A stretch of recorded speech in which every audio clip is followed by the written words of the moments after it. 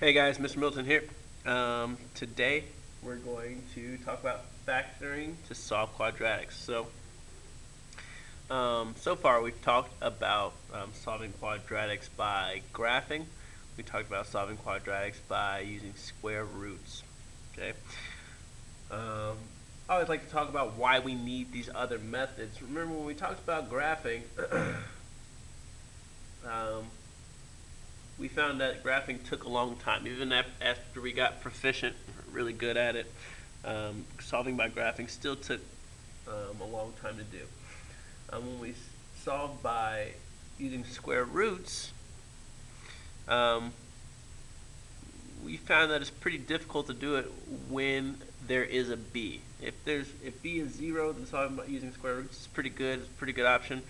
Um, So we had to find a method to solve quadratics when the b value isn't 0, and that's where we come to factoring to solve quadratics. Okay, so by the end of this video, you should be able to solve quadratics by factoring. Okay, and the big key thing is using the zero product property. Okay, now I'm not going to write this down because I want to make sure you're listening and paying attention to this.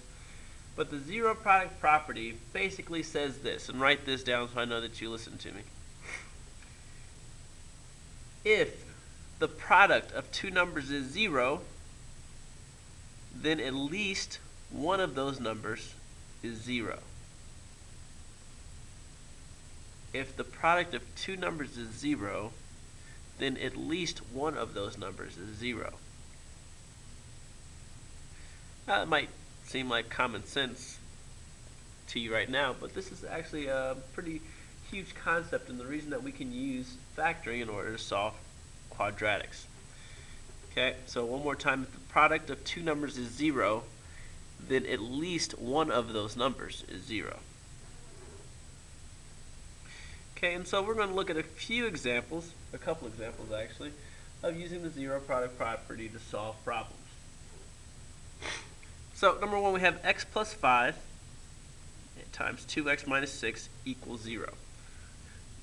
Okay, and so here's this concept in action actually. So before I go into that, let's say that I have some unknown number x times some unknown number y, and it equals 0.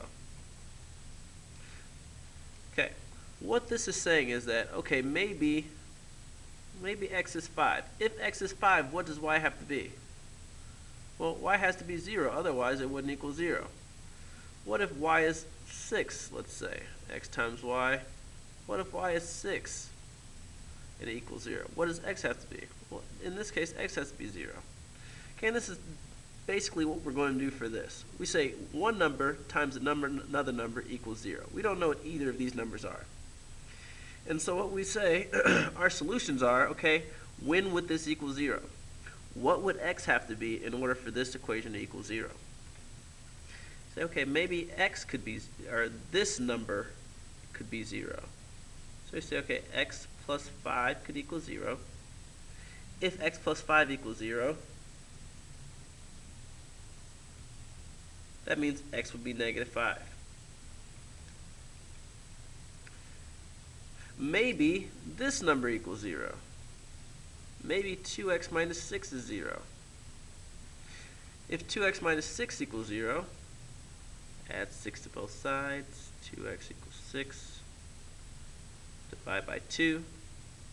X equals 3. Then x would be 3. So my solutions here are x equals 3 and negative 5. The order of the listing of the solutions does not matter here.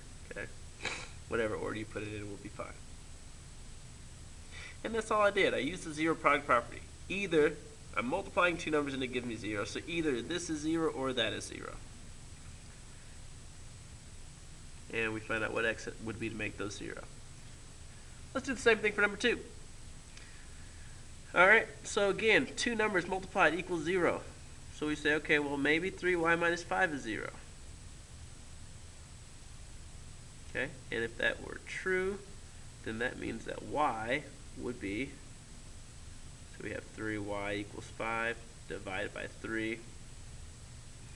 y would equal 5/3.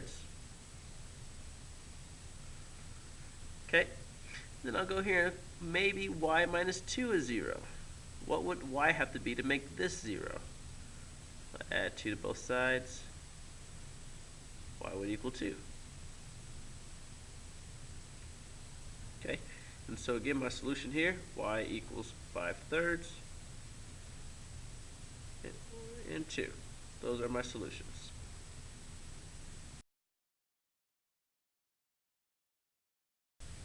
Okay, so there we go. So that's basically the end point. If we get to this point, using the zero product property will help us to find answers. Problems aren't that easy or that simple always. Most of the time we'll have to get to this factored point by ourselves. Okay, you notice that we didn't factor in that first case, otherwise we'd say solving using the zero product property. Okay, but here we're going to solve by, and if you remember factoring, this is when we first introduced ourselves to quadratics. Let me make sure I set this up as an equation. This isn't just a quadratic expression, this is our quadratic equations.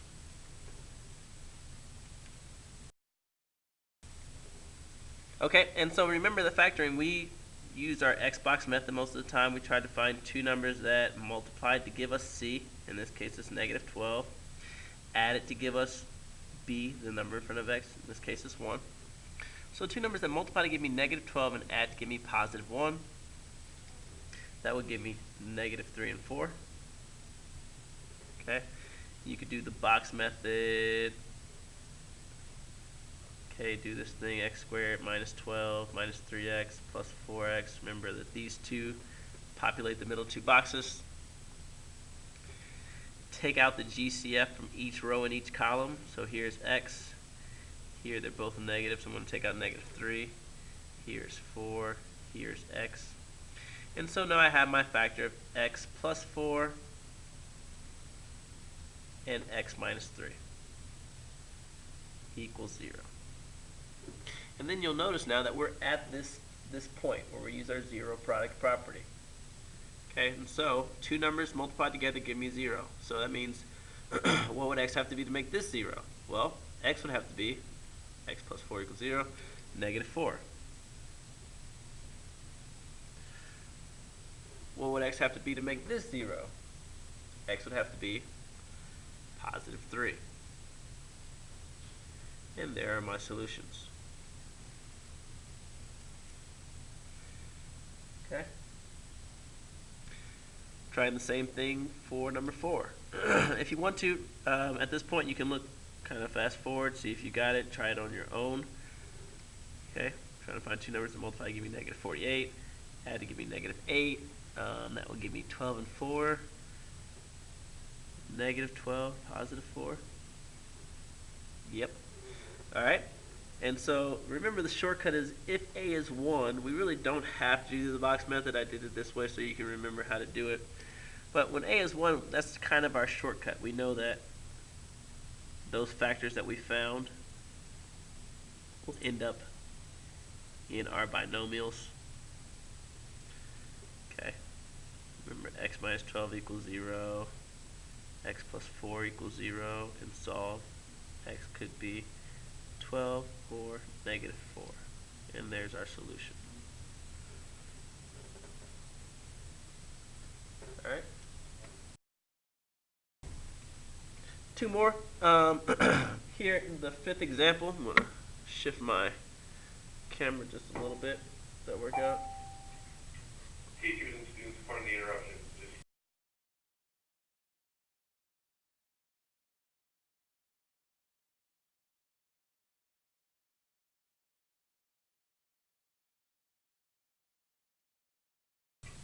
Okay, so here we go. Here, we need to make sure, you'll notice that there's a difference between problems 3 and 5. The difference here is that we don't have it set to 0. We need to make sure we set our problem to 0 before we factor. And so we have 2x squared minus 5x. I will move this to the other side by subtracting 88 from both sides. Equals 0. Okay. Remember that anytime that a is not 1, you should look for a GCF Here we did look for a GCF, but there's not one here. So I'm trying to find two numbers that multiply to give me 176. Whoa. Negative 176. And add to give me negative 5. So they're going to be pretty close together. I'll use a calculator here. 176 divided by, so what number would fit into that? 13, 8, 12. 176 divided by 12. Nope. 176 divided by 8. That's 22. And does that work? Nope. 176 divided by. Did I do 13 already? Well, 176 divided by 11. Nope. 176 divided by 11. That works. All right. So I know it's going to be 11 and 16. It's a negative 5. So that's negative. Negative sign shows me that they're going to be different. Alright, and so now I can go through. Now I have to do the box to find out what my factors are.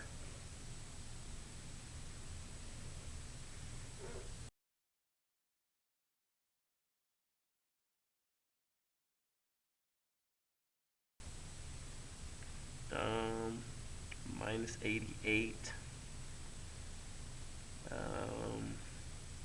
11x, negative 16x. Okay, and I go through and take out my GCF, which is 2x here, x here, 11 here, negative 8 here.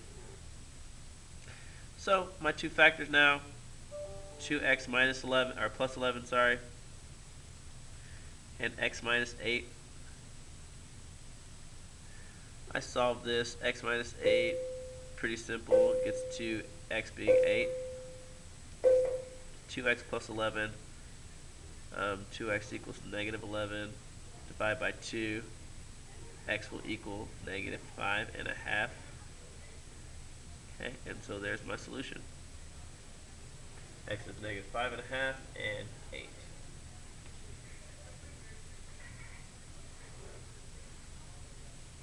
Alright, one more problem.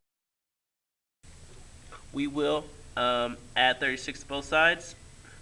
Okay, again, because we want to make sure we set this equation equal to 0 so that we can solve it. And now I'm looking for two numbers that multiply to give me a times 2, which is just 36 here because a is 1. And that gives me negative 12. That is negative 6 and negative 6. Okay. A is 1, so I can use my shortcut, x minus 6 squared actually equals 0. And so now I'm having x minus 6 times x minus 6. What could this be to make it 0? Well, that means that x minus 6 could equal 0. It has to equal 0. And that means x has to be 6. One solution here. X is 6. Okay, so the things that we talked about here, using the zero product property. Remember, again, you need to write that on your own. And that all that means is if we're multiplying two numbers and the answer is 0, one of those two numbers has to be 0. Okay. But we use the zero product property in order to get our factors to make this equation 0. And it kind of saves us the trouble of graphing, and it allows us to solve problems when we have a b that is not 0. Okay. All right. See you tomorrow.